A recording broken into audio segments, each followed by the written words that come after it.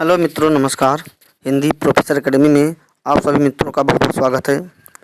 तो आज एक महिला लेखक जो कि हिंदी की पहली महिला लेखिका मानी जाती हैं, कृष्णा सोबती के बारे में, उनकी प्रमुख रचनाओं के बारे में देखेंगे। तो छोटी सी वीडियो रहने वाली है मित्रों, इसको अंत तक जरूर देखेंगे। चलिए बात करते हैं कृष्णा सोबती। इनका जीवन काल क्या है? 1925 से 2019। ठीक है, 2019 में इनका निधन होता है।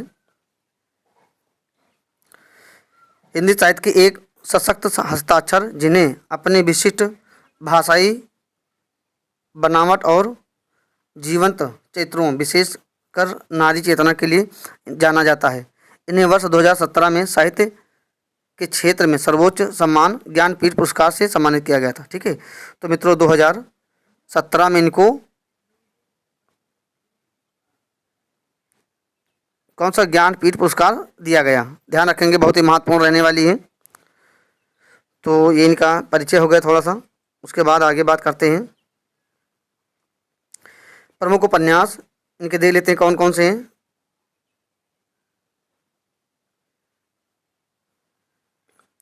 पहला उपन्यास है डार से बिछोड़ी, 1966 ईस्वी। इसके बारे में क्या लिखा गया इसमें? डार से बिछोड़ी विवाह और नारी जीवन की समस्याओं विशेषकर राजस्थान की पृष्ठभूमि पर आधारित है। ध्यान रखेंगे, यहाँ से प्रश्न पूछा जा सकता है यूपी टीजीटी में मित्रों कि विवाह और नारी जीवन की समस्याओं पर कौन सा उपन्यास कृष्णा सोबती ने लिखा है। तो डार से बिछोड़ी, 4 ऑप्शन बना दिया जाएगा इसी में, है ना। डार से बिछोड़ी, मित्रों मरजानी, सूरजमुखी के अंधेरे के, जिंदगी नामा। ठीक है, तो डार से बिछड़ी हो जाएगा। उसके बाद में मित्रों मरजानी, दूसरा उपन्यास देख लेते हैं इनका, मित्रों मरजानी, 1967 ईस्वी। एक युगांतकारी उपन्यास जिसमें नारी की काम चेतना और स्वतंत्रता को बेबाकी से उठाया गया है। तो ये भी ध्यान रखेंगे मित्रों मरजानी। ठीक है, इनका नाम जरूर ध्यान रखेंगे। प्रकाशन वर्ष 1966, 1967, देखो क्रम से एकदम। फिर तीसरा उपन्यास है 1972 में लिखा जाता है सूरजमुखी अंधेरे के, बहुत ही महत्वपूर्ण है। सूरजमुखी अंधेरे के कृष्णा सोबती का तीसरा ये उपन्यास है। बचपन में लैंगिक उत्पीड़न का शिकार हुई एक स्त्री रत्ती के मानसिक संघर्ष और कुंठा की कहानी है। तो ध्यान रखेंगे इसमें क्या दर्शाया गया है। बचपन में लैंगिक उत्पीड़न का शिकार हुई एक स्त्री, जिसका नाम क्या है, रति, के मानसिक संघर्ष और कुंठा की कहानी दर्शाया गया है। चौथा उपन्यास देखते हैं जिंदगी नामा, बहुत महत्वपूर्ण है। 1979 ईस्वी में लिखा गया है। साहित्य अकादमी 1980 में मिला है इनको। 20वीं सदी के पंजाब के ग्रामीण जीवन और संस्कृति का महाकाव्यात्मक दस्तावेज है। कहाँ, किस पृष्ठभूमि पे लिखा गया है? पंजाब के ग्रामीण जो जीवन क्षेत्र है वहाँ पे लिखा है, उसके बारे में लिखा गया है। पंजाब की ग्रामीण जीवन संस्कृति पर लिखा गया है जिंदगी नामा। ठीक है, प्रश्न नंबर 84 अगला पॉइंट है इनका उपन्यास है 5वां, यारों के यार, 1984 में लिखती हैं यारों के यार। ठीक है, उपन्यास 5वां है ये। कार्यालय संस्कृति, भ्रष्टाचार और मानवीय संबंधों का यथार्थ चित्रण है, यानी कार्यालय में जो भ्रष्टाचार होता है उसको यहाँ दिखाया गया है। कौन सा? यारों के यार। समय ध्यान रखेंगे 1984 ईस्वी। अगला उपन्यास है 3 पहाड़, है ना, 3 पहाड़ है, बहुत महत्वपूर्ण है, ये पूछा जा चुका परीक्षाओं में। किसकी रचना है? तो कृष्णा सोबती की।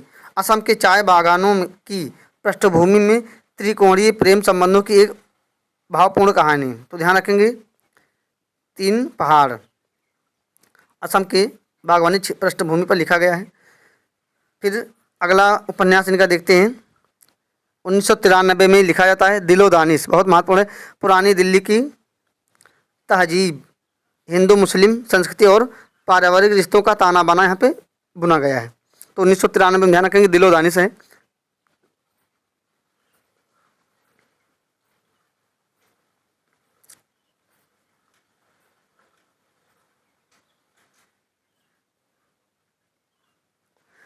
अगला देख लेते हैं प्रश्न उपन्यास है समय सरगम। कौन सा है? समय सरगम। 2000 में लिखती हैं। कब? सन 2000 में ये लिखा जाता है, ध्यान रखेंगे इसको।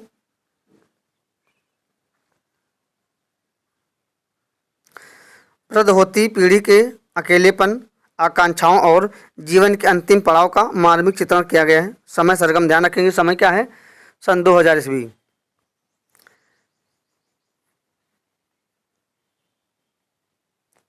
सन 2000 ईस्वी में ही मोनोचवा मुर्गटवा चलते हैं, ध्यान रखेंगे मित्रों। जो लोग झेले होंगे जानते होंगे, हम लोग छोटे छोटे थे तभी ये लिखी गई थी। उसके बाद में अगला उपन्यास है इनका गुजरात पाकिस्तान से हिंदुस्तान है ना, पाकिस्तान। 2017 में लिखी जाती है।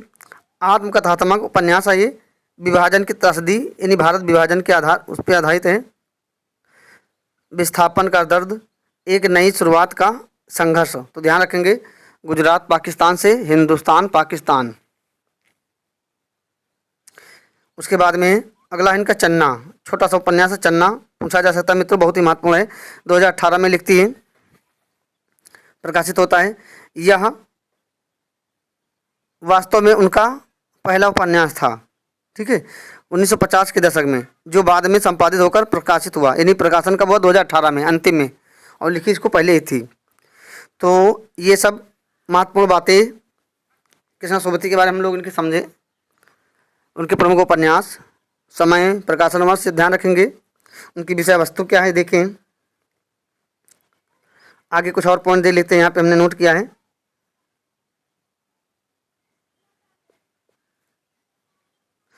जिंदगी नामा में पंजाब की लोक संस्कृति और बोलियों का ऐसा अनूठा प्रयोग है कि इसे हिंदी उपन्यास विधा का एक मील का पत्थर माना जाता है। बहुत महत्वपूर्ण, ध्यान रखेंगे।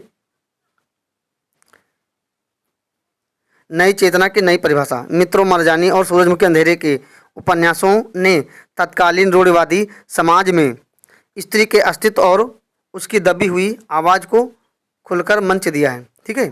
मित्रों मरजानी और सूरजमुखी अंधेरे के उपन्यास में यानी खुल करके रूढ़िवादिता को, यदि स्त्री समाज को जो दबा हुआ था उसको खुलकर उसका विरोध किया है, आवाज़ उठाई है, कृष्णा सोबती, ठीक है।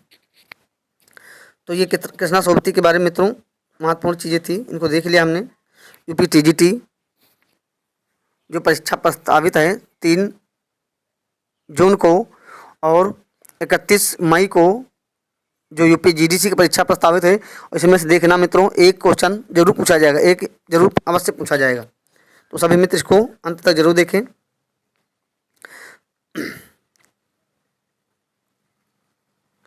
इसके पहले हमने यूपी टीजीटी के लिए,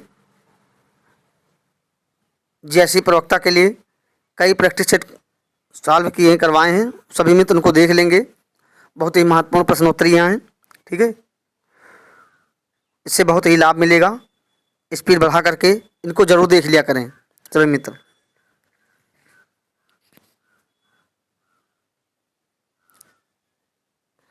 और सभी मित्र अपने YouTube channel Hindi professor academy से जुड़ें और चैनल को सब्सक्राइब करें, लाइक करें और अपने दोस्तों में, मित्रों में ज़रूर शेयर करें और अपने घर में जितने मोबाइल हों सबसे सब्सक्राइब कर दें, ठीक है।